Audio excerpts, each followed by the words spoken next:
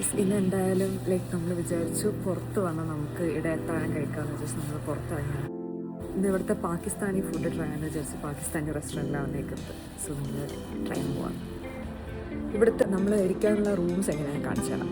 അതായത് പോലെ ഇരിക്കും. ഇതാണ് റൂമിൻ്റെ അകം എന്ന് പറയുന്നത്. ഇതിന് നമുക്ക് ഇത് ഓരോ റൂംസാണ്. ഇതിൽ ഫാമിലി ആയിട്ട് നമുക്ക് പോയിട്ട് ഇതിലൊരു റൂമിൽ കയറി ഈ കർട്ടൻ ക്ലോസ് ചെയ്തിട്ട് നമുക്ക് ഫാമിലി ആയിട്ട് ഇരിക്കാം. നമുക്ക് കംപ്ലീറ്റ് ഒരു പ്രൈവസിയാണ്. ഭയങ്കര അടിപൊളിയാണ്.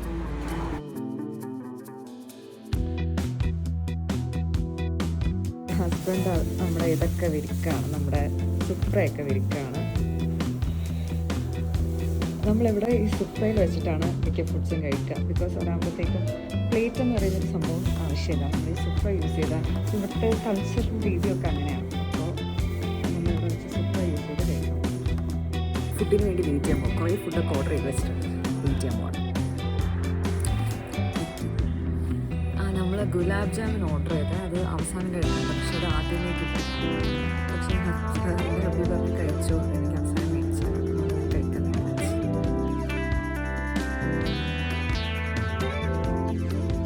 ഫുഡ് വന്നത് ഇതൊന്ന് കടായി ചിക്കൻ, നമുക്ക് 2 ടൈപ്പ് റൊട്ടിയാണ്. പക്ഷേ റൊട്ടി ഭയങ്കര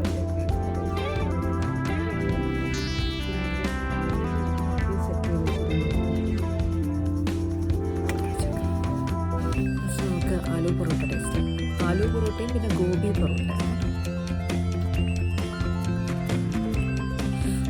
ചൂട്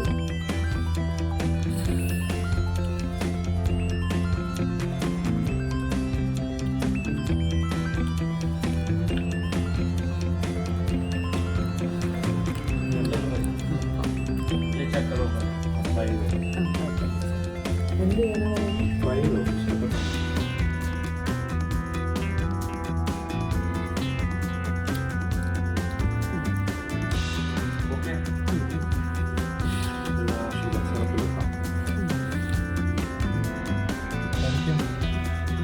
ആലു പൊറോട്ട കഴിച്ചു.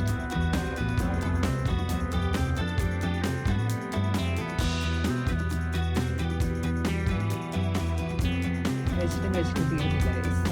സൗദിയിൽ വന്നിട്ട് ഇവിടുന്ന് ഫുഡ് മേടിക്കുമ്പോൾ എന്താണെന്ന് വെച്ച് കഴിഞ്ഞാൽ ക്വാണ്ടിറ്റി ഭയങ്കര കൂടുതലാണ്. എന്ന് വെച്ചാൽ ഒരു റൊട്ടി എന്ന് പറഞ്ഞാൽ തന്നെ വലിയ റൊട്ടിയാണ്. അതായത് ഫുഡിൻ്റെ കാര്യത്തിൽ യാതൊരു ക്ഷാമവും ഇവിടെ ഇല്ല. ഒരു ദൂർക്ക ബർഫി മേടിച്ചു അത് കഴിക്കാം.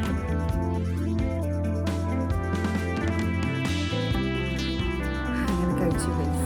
ഫുഡ് കഴിച്ച് റെസ്റ്റ് ചെയ്യാൻ കഴിച്ചു.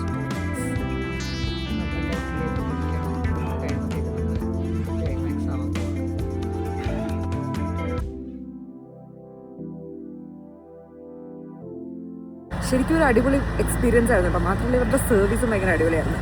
അപ്പോൾ നമ്മൾ നേരെ പോകുമ്പോൾ കഴിച്ചിട്ട് തിരിച്ചു. അത്രയേ ഉള്ളൂ.